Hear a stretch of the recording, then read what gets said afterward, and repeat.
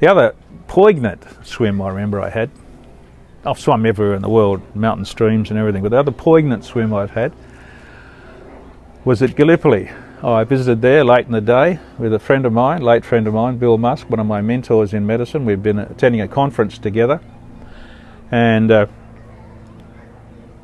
he was a quiet sort of guy, Bill, and the next thing I knew, he'd dropped his trousers and was in his knickers, and he was entering the water to swim out at Anzac Cove, and I thought, this is like freezing cold water and freezing cold day.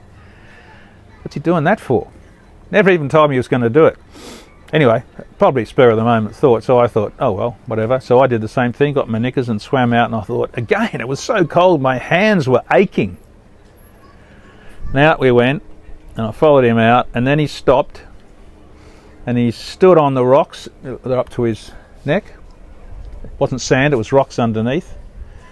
And he started to wade ashore. And I turned around and waded ashore, and of course it was twilight by then.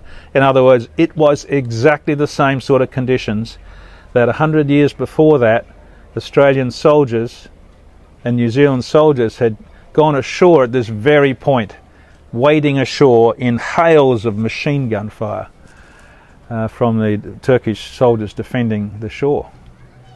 Stumbling and bumbling on the rocks and the water full of blood. I mean, you read the story. And Bill wanted to know what it was like. And there was the pyramid and the cove, and exactly as the pictures showed us. And it was a deeply spiritual thing to do. I was so grateful for Bill that we did it. And just thinking of those poor young men who would jump out of a boat and boom, mown down by a machine gun straight away.